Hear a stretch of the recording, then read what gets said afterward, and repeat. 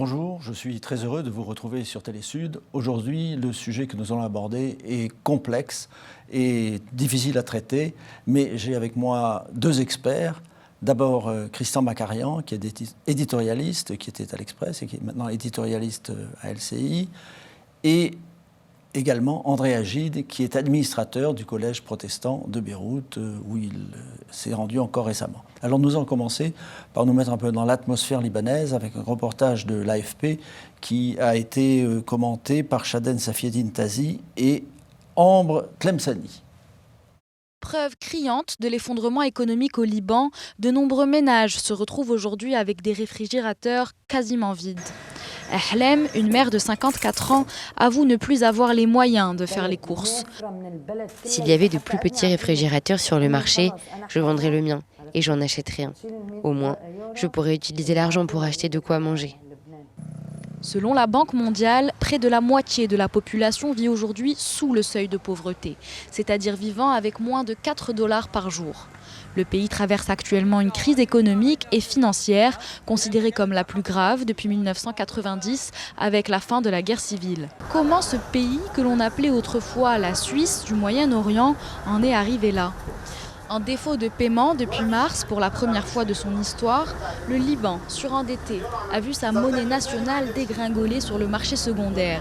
Il y a un an, un salaire d'1 million de livres libanaises valait environ 700 $. Aujourd'hui, il vaut moins de 200 $.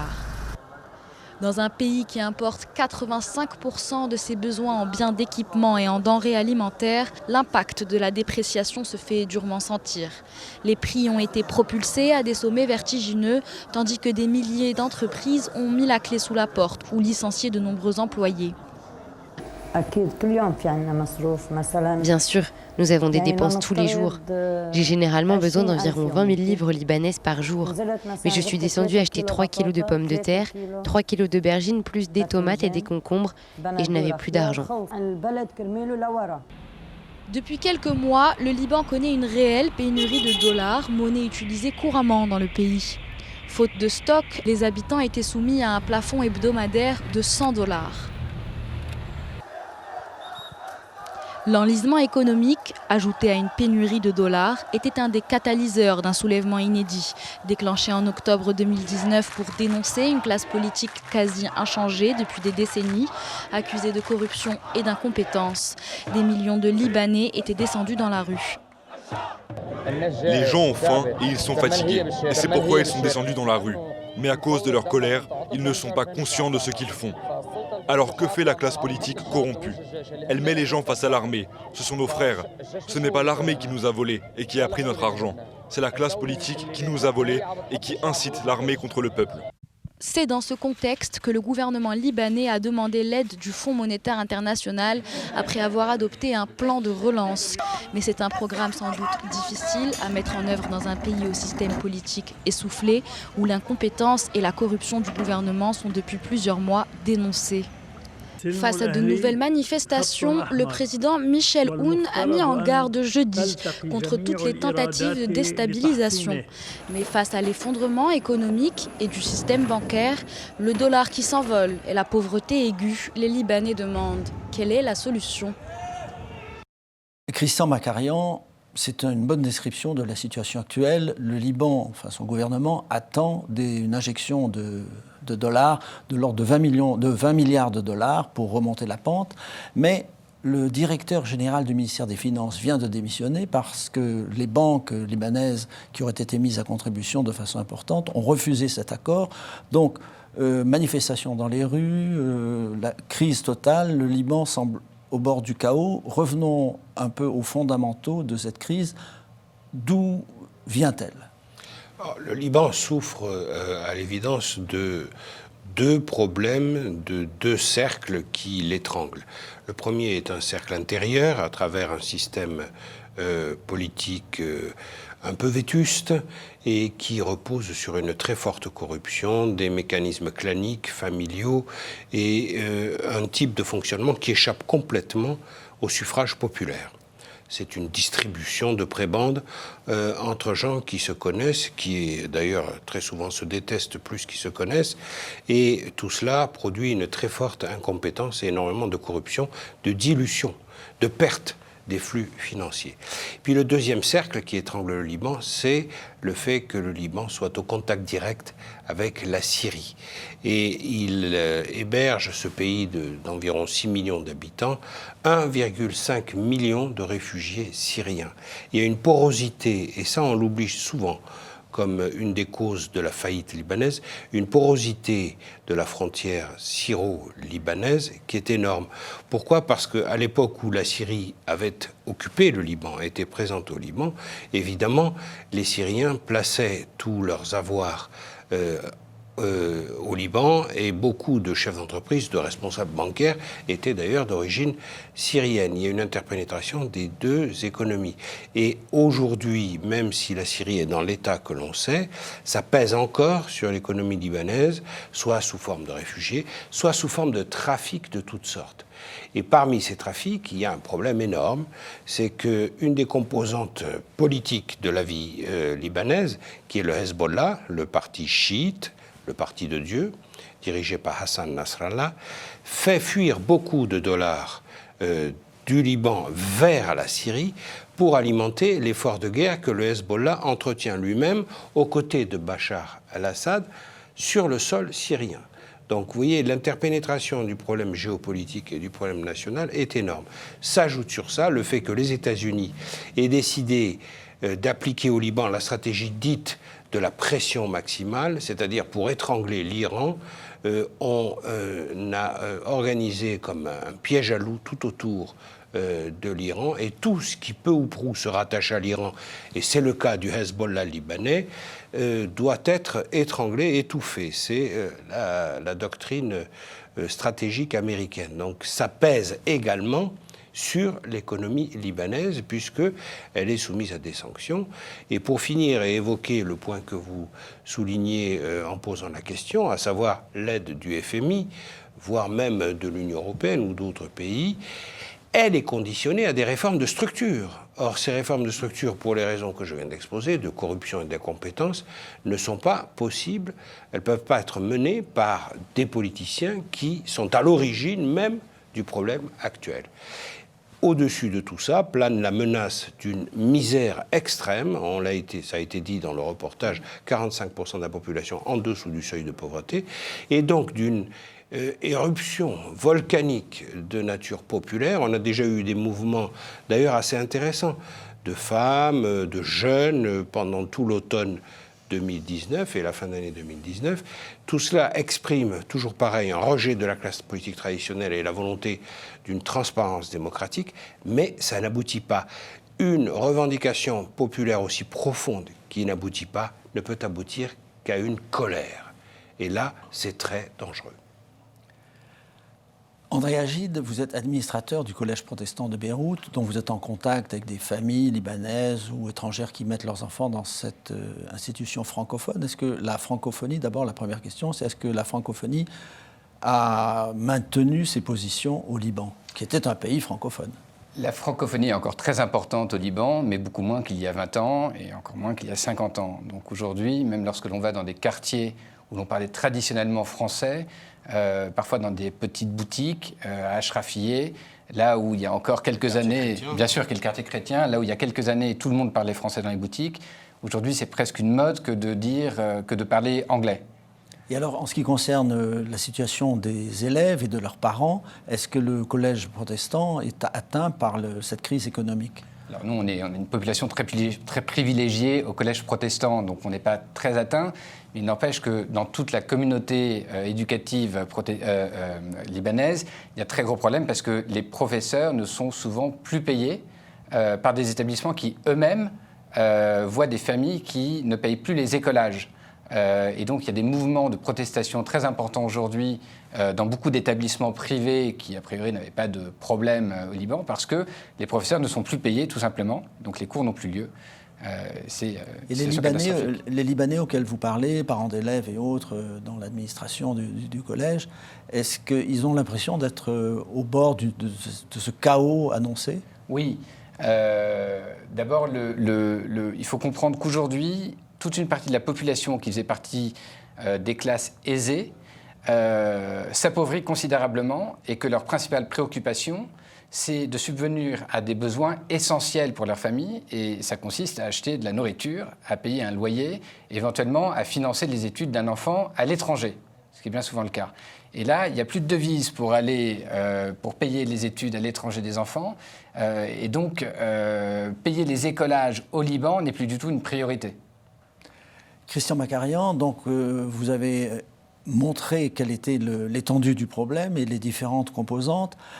Quelle est la position d'Israël et également celle de l'Iran? On a compris vis-à-vis du Hezbollah que l'Iran tire celle du Hezbollah, mais Israël, qui a une frontière commune avec le Liban, qui est aussi très importante, que souhaite Israël au Liban? Israël souhaite évidemment la stabilisation, et surtout Israël a une obsession, c'est le Hezbollah chiite, libanais, pro-iranien, de plus en plus aligné sur l'Iran, à un point qui n'était pas atteint il y a encore une dizaine d'années.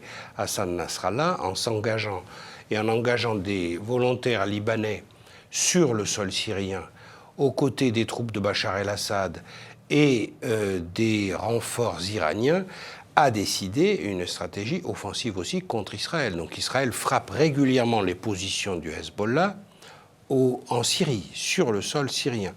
Donc Israël a l'obsession d'écraser, de détruire le Hezbollah. Or, ce Hezbollah, et c'est là où ça se complique, a contribué à l'élection du président actuel, Michel Aoun, puisque d'après les institutions libanaises, le président doit être chrétien maronite, le Premier ministre musulman sunnite, et le président de la Chambre des députés doit être musulman chiite. Mais cet équilibre reposait sur des compositions démographiques anciennes de l'époque du mandat français. Aujourd'hui, les chiites sont très nombreux, ils sont en train de renverser le jeu traditionnel entre les chrétiens et les sunnites, depuis longtemps c'est fait, et une des crises qui explique l'enlèvement mystérieux de l'ancien Premier ministre Saad Hariri et sa détention, si j'ose dire provisoire et sûrement pas agréable, en Arabie Saoudite, s'explique par le fait que l'Arabie Saoudite, de concert avec Israël, n'a aucune envie non plus de voir le Hezbollah jouer non seulement les arbitres, mais jouer les maîtres du Liban. Et ça, c'est un énorme problème. Et dès que vous abordez cela à l'intérieur des institutions libanaises, bien sûr, c'est un tollé, puisque les chiites du mouvement Hezbollah s'y opposent. Mais la vérité, c'est que le Hezbollah a pris possession du Liban. Il a placé à la présidence un personnage relativement fantoche, et que tout cela aboutit à une destruction complète de ce pays dont l'équilibre était initialement déjà très fragile. Mais il reste incontestable que la démographie chiite est très active et que la population chiite est aujourd'hui, peut-être pas majoritaire, mais en tout cas un des groupes, le groupe le plus important parmi les composantes de la population libanaise. Alors comment déconnecter les chiites libanais du Hezbollah? C'est tout le problème. Donc, pour répondre et finir de répondre à votre question, Israël se trouve confronté à un problème insoluble, puisqu'Israël a déjà envahi le Liban, et pas une fois seulement, et qu'Israël a mesuré à quel point sa propre politique militaire était inopérante. Donc, voir le Hezbollah s'étendre maintenant sur le sol syrien au point de contact avec des volontaires et pas des moindres, envoyés par l'Iran, il y a là quelque chose qui fabrique un arc de cercle, Téhéran, Damas, Beyrouth, qui coupe le Moyen-Orient en deux. Et pour Israël, c'est véritablement le principal danger. Donc Israël a inventé une manœuvre de revers, qui est justement de se rapprocher de l'Arabie saoudite. Donc Mohammed Ben Salman et Israël ne peuvent pas fraterniser publiquement pour des raisons évidentes, mais en sous-main, leurs stratégies convergent de plus en plus. Et là, il y a un grand jeu qui se joue entre tous les ennemis de l'Iran et l'Iran et ses éventuels alliés. L'Iran n'a pour allié que le régime de Damas, le Qatar, d'où l'obsession saoudienne contre le Qatar, et puis bien sûr le Hezbollah chiite libanais. Quand on voit les choses de cette manière, on voit qu'il n'y a aucun facteur d'apaisement réel et que l'intervention en Syrie de la Turquie et de la Russie, l'une, la Russie, au renfort de Bachar el-Assad, l'autre, la Turquie, jouant son propre jeu contre les Kurdes dans le nord, ne fait qu'ajouter au dépeçage de la région. Et le Hezbollah chiite libanais profite de ce dépeçage. Donc le Liban est suspendu par une ficelle à une situation totalement explosive. Il est devenu dépendant. Ce pays qui était un modèle, qui était encore une démocratie, est en train de devenir un pays mais absolument ruiné. Il faut rappeler que le Liban a 170% de dette publique par rapport au PIB, ce qui est absolument impossible à remonter. C'est une situation, on ne peut pas rêver plus complexe. Non, et c'est une situation de dépendance puisque le Liban dépend de l'argent saoudien. L'argent saoudien ne viendra que si le pouvoir se défait du Hezbollah et le Hezbollah menacera le pouvoir qui essaiera de se séparer de lui de la pire des manières, y compris la plus violente. Mais là, le Hezbollah a dit qu'il acceptait le plan du FMI. Mais est-ce que c'est une façon de parler ou est-ce que c'est vraiment sérieux ? C'est un double langage permanent. Le plan du FMI est un plan technique, mais le Hezbollah, de toute façon, se considère comme un État dans l'État. Il ne paye pas ce qu'il doit payer. On a eu le même problème à l'époque avec les Palestiniens. Dans les zones tenues par le Hezbollah, notamment au sud Liban, c'est le Hezbollah qui gouverne. Et c'est le Hezbollah qui reçoit et qui prélève. Les impôts. Oui, absolument. Sous des formes diverses et variées. Donc, ce sont des zones qui échappent complètement à l'État central. Ce qu'il faut, c'est restaurer un État central. Avec le Hezbollah, ce n'est pas possible. À moins qu'il y ait une défaite du Hezbollah, c'est-à-dire une défaite de Bachar el-Assad en Syrie. Pour l'instant, le Hezbollah tient tout. Or, ce qu'on voit, c'est plutôt la victoire de Bachar el-Assad, soutenu par les Russes, en Syrie.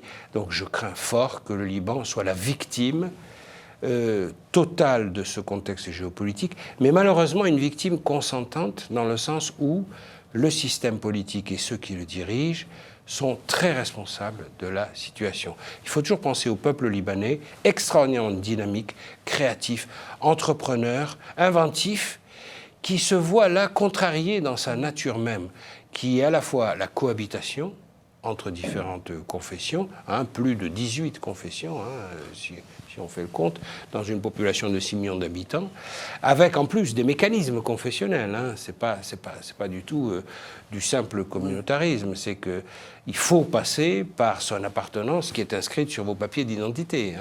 C'est quelque chose d'officiel. Donc ce pays qui avait à la fois un équilibre confessionnel et une créativité formidable, est aussi victime de ses propres faiblesses. Et le fait que Rafik Hariri, qui a été assassiné, on le sait, probablement sur ordre venu de Syrie, ça ne fait pas l'ombre d'un doute, même si le procès rebondit régulièrement. Mais sous Rafik Hariri, l'économie libanaise a été hyper financiarisée. C'est-à-dire qu'on a émis énormément de titres et on a recouru aux marchés internationaux au-delà des limites.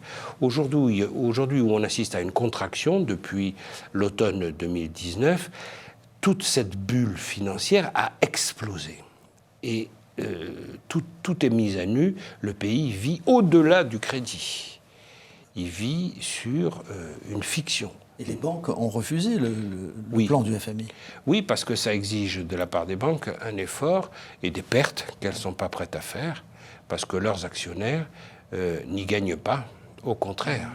Au contraire. Et la fuite... Il n'y a pas d'esprit civique. Non, parce que la fuite des capitaux... 18 milliards. C'est 18 milliards de fuite de capitaux. 18 milliards. La fuite des capitaux, 18 milliards, rapporte 18 plus... milliards en combien de temps ? 6 mois. Dans les 6 derniers mois, exactement. Ah oui, c'est énorme. 18 milliards placés dans des banques occidentales ou asiatiques, ça rapporte plus qu'un plan d'assainissement de l'économie libanaise.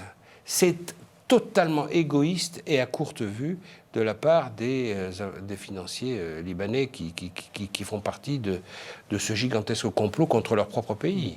André Agid, vous pensez que le pays se dirige vers le chaos, la guerre civile, la partition? Moi, ce que je trouve incroyable, c'est à quel point toute l'analyse de Christian, quand on regarde les quartiers, quand on regarde dans les rues de Beyrouth, on peut la vivre. C'est-à-dire qu'aujourd'hui, les quartiers qui sont manipulés par des clans qui eux-mêmes obéissent à des intérêts étrangers, on la vit au quotidien. Ce sont d'ailleurs ces oppositions-là qui ont éteint le mouvement de la révolte de cet automne, Thawra, qui était un mouvement porté par la société civile et par des gens qui avaient des idées, qui avaient des solutions et qui étaient vraiment porteurs d'espoir. Moi, j'étais en décembre et bon, les difficultés étaient là, les banques avaient déjà des problèmes, mais on n'était pas encore dans le collapse total que l'on vit aujourd'hui. Et quand on lit la presse aujourd'hui même, on ne sait pas si le trou à combler, c'est plutôt 3 milliards, 33 milliards. Les meilleurs experts n'y comprennent rien. Donc c'est très difficile. Ce qu'on sait juste, c'est que les capitaux ne viennent plus. Et à partir du moment où les capitaux ne viennent plus au Liban, l'économie ne fonctionne plus. Oui, le fait que le directeur général du ministère des Finances ait démissionné, c'est aussi significatif. Alors je repose la même question. On se dirige vers le chaos, la partition, la guerre civile Non, la guerre civile, non, mais encore qu'il y ait beaucoup de trafic d'armes, évidemment, en raison de la proximité du conflit syrien. Il y a des ventes, des trafics, il y a des trafics d'armes. L'armée est plutôt... pas de proche du Hezbollah, c'est le moins qu'on puisse dire. Non, en principe, pas du tout. Mais tout le problème de l'existence de l'armée libanaise et de sa neutralité est encore une fois posé. Si au moins il y avait une force sur laquelle l'État puisse s'appuyer, ses fonctionnaires, son armée, sa monnaie, une des forces de l'État dit régalien. Mais toutes ces forces régaliennes sont en effondrement. Donc l'État n'est plus qu'une fiction qui repose sur un accord politique, c'est que le chrétien maronite Aoun, président, a passé un accord pour être soutenu parce qu'il ne trouvait pas de majorité avec le diable, entre guillemets, c'est-à-dire le Hezbollah chiite. Et ce Hezbollah chiite a fait un choix, c'est celui d'entrer dans la guerre de Syrie aux côtés de l'Iran, parce que bien sûr l'Iran finance aussi le Hezbollah. Donc, mais il faut que le Hezbollah se récupère, si j'ose dire, financièrement, à travers, parce qu'il dépense beaucoup d'argent dans cette guerre. Il y a beaucoup de pertes humaines de jeunes Libanais du Hezbollah qui vont se faire tuer en Syrie. Donc pour se récupérer, si j'ose dire, pour retrouver une partie des ressources qu'il perd, il procède à un certain nombre de trafics où il prend un pourcentage sur un certain nombre de trafics. Il n'est pas d'ailleurs le seul à faire ça. Mais c'est quelque chose qui déstabilise énormément le Liban. Il y a un énorme problème qui est lié, à mon avis, au départ, pour résoudre la crise financière, il faut résoudre la crise politique. Parce que si vous n'avez pas de crise politique et d'État, ce n'est pas la peine d'imaginer un plan de purification ou d'assainissement financier, parce que la question va se poser, qui va l'appliquer ? Il faut des gens volontaires pour l'appliquer. Donc il faut une révolution politique. C'est affreux à dire, et cette révolution politique, c'est un renversement de toute la caste actuelle au pouvoir, quelles que soient ses tendances ou son appartenance communautaire. Et on ne voit pas le peuple faire émerger un ou des leaders susceptibles de renverser la vieille classe politique totalement corrompue. Vous êtes de cet avis, André Agid ? Oui, il y a plusieurs points. Le premier, c'est qu'il faut bien réaliser que les gens qui sont en opposition politique aujourd'hui sont des gens qui se faisaient la guerre il y a 40 ans. Et donc, penser que tout d'un coup, ils vont résoudre les problèmes, c'est difficile à croire. L'autre point, c'est qu'il faut sans doute pouvoir sortir du confessionnalisme et pour cela, appliquer la Constitution qui permet d'ailleurs elle-même, alors tout le monde dit non, c'est ancré dans la Constitution et dans les accords de Taïf, le confessionnalisme, mais non. Quand on fait une lecture approfondie de la Constitution, on pourrait en sortir. Mais pour l'instant, ceux qui gouvernent le Liban n'ont aucun intérêt, ni aucune volonté pour en sortir. Et en effet, la société civile a du mal à faire émerger de nouvelles figures bien que certains essayent de prendre le lead, mais ça ne marche pas. Le dernier personnage emblématique qui a eu une stature internationale, qui avait à la fois les moyens financiers, une aisance naturelle qui était assez brillante, c'était Saad Hariri. Mais comme je le racontais tout à l'heure, il a été quand même enlevé par des forces saoudiennes qui lui reprochaient d'être trop coulant avec le Hezbollah et qui l'ont mis en demeure de barrer le Hezbollah, ce qu'il n'a pas pu faire. Juste un mot encore à propos de la Syrie. Si la situation se normalise en Syrie, est-ce que ça aura une influence bénéfique sur ce qui se passe au Liban?